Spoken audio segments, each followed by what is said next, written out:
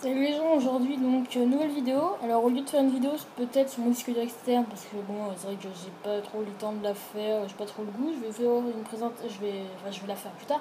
Mais en attendant je vais vous faire une présentation de ma Denon DNS1000, donc ma platine. Donc je vais vous montrer à peu près ce qu'elle peut faire et tout les petits trucs sympas qu'on peut faire avec. Donc on va commencer. Donc par rapport déjà à la présentation de la platine au niveau esthétique. Donc on a un plateau, le pitch qui est là, les deux bennes, tout ce qui est effet. Donc le plateau, si on appuie, on peut scratcher avec. Si on se met en bend,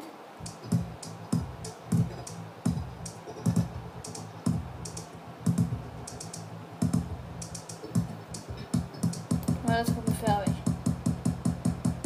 Donc ça nous fait une loupe quand on n'est pas sur le morceau original du début. Donc ici, alors je vais faire une petite mise au point avec le EOS. Voilà. Il ne faut pas que faire une mise au point. Voilà, c'est à peu près bon. Donc là on a des effets break, donc comme une vinyle, et ici un drag, un start, réglable bien sûr, grâce à la molette. Par exemple j'en fais un comme ça, de start.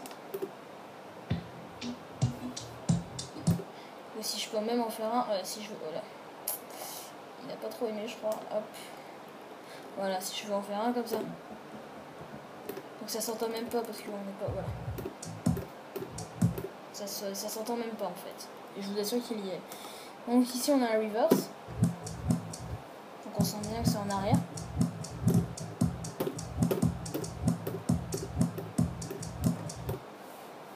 Ici on a un filter pour faire des petits effets assez sympas.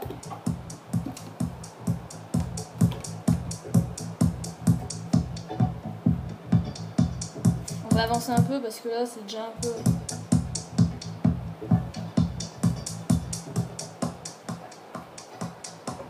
Donc on a des mid, des high. On a également un flanger.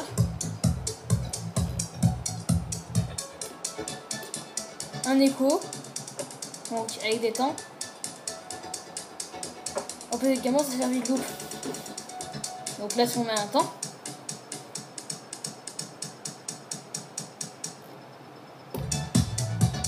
Donc ici on a un tape BPM qui est assez sympa. Donc à la vitesse où vous tapez il va sélectionner le BPM. Donc, par exemple si on tape plus vite, on va être à 475 battements par minute. Si on tape plus doucement, on va être à 113 ou à 87.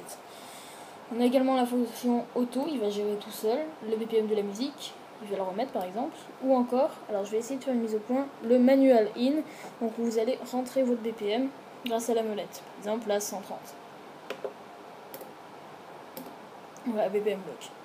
Ici, alors je vais m'approcher un peu parce qu'on voit pas bien. Donc un écran, alors c'est pas un LCD, hein, c'est des écrans comme à peu près les réveils. Hein. Ici on peut avoir le titre de la musique, Drake name, disc name, voilà. Ici le mémo preset, donc les menus de configuration, preset mode, voilà. Et ici vous avez le continue single ou time, donc là on passe avec ce qui nous reste en temps, voilà. Tandis que là on était sur l'avancement de la musique. Voilà. Si on se met comme ça, alors je peux pas vous le montrer puisqu'il faudrait beaucoup de temps. Là ça va être la musique, elle va continuer en fait au lieu de s'arrêter à chaque piste. Donc ça peut être sympa. Alors donc on a montré déjà pas mal de fonctions. On va passer à la boîte à loop. Mais avant ça on va passer ici, donc un cue configurable.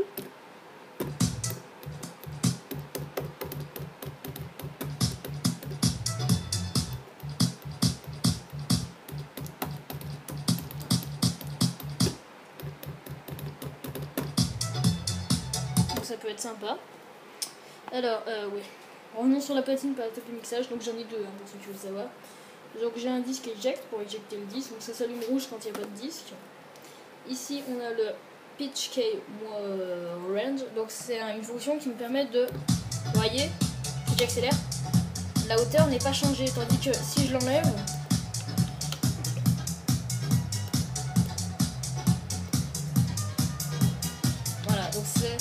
bien de le mettre, moi je le mets toujours. Ça c'est super. Donc là on a un quick jump. Donc alors regardez un petit peu ce que ça fait pour par exemple chercher la musique. Vous voyez. Donc c'est configurable également dans le present mode, je vais vous le montrer. Alors c'est normalement je crois que c'est dans Next Track. Non, ça doit être dans Jump Time. Et là vous sélectionnez 10 secondes, 30 secondes, 1 minute. Moi je vais toujours sur 10 secondes, c'est très bien. Et ensuite je clique sur Memo Mode Preset. Voilà. Voilà. On peut également chercher. Voilà. Pour changer les tracks. Donc ça c'est un bouton qui va beaucoup nous servir, c'est la molette de recherche. Donc c'est un bouton qui va beaucoup nous servir. Donc pour changer de piste, par exemple, je vous fais un exemple. Donc on va avancer un peu. Exemple. On veut changer de piste sans couper la piste, on sélectionne la piste qu'on veut, par exemple celle-là. On clique sur Q, on attend. Là il gère 2 pistes en même temps. Et ça fait un petit fondu. Donc on va avancer pour que je vous montre un petit peu la boîte. Donc ça c'est de hot queue. Donc c'est des hot queues. Regardez ce qu'on peut faire avec. Par exemple on peut gérer un endroit dans la musique.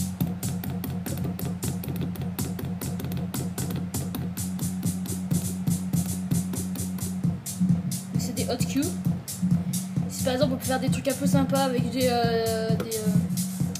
loops.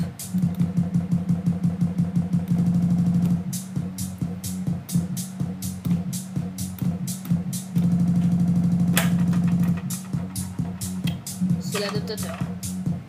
Donc on peut les supprimer en cliquant là-dessus.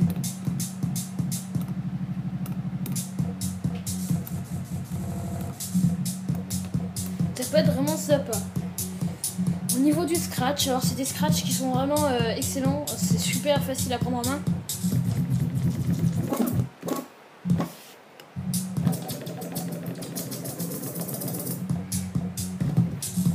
Je suis pas un pro du scratch.